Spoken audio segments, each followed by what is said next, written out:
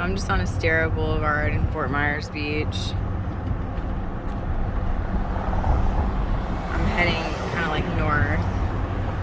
This is kind of where it's more residential, not as much like commercial and like high rises. And as you can see, like a lot of the houses have been torn down.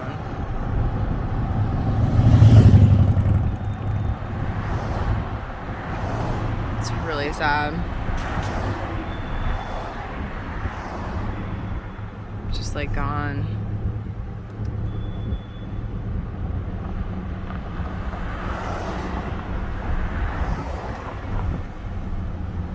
Like this house right here, you can like see inside of it. I guess it was like a little hotel, maybe like hotel, motel, I'm not sure. You can literally just see like the rooms in there. It's so crazy.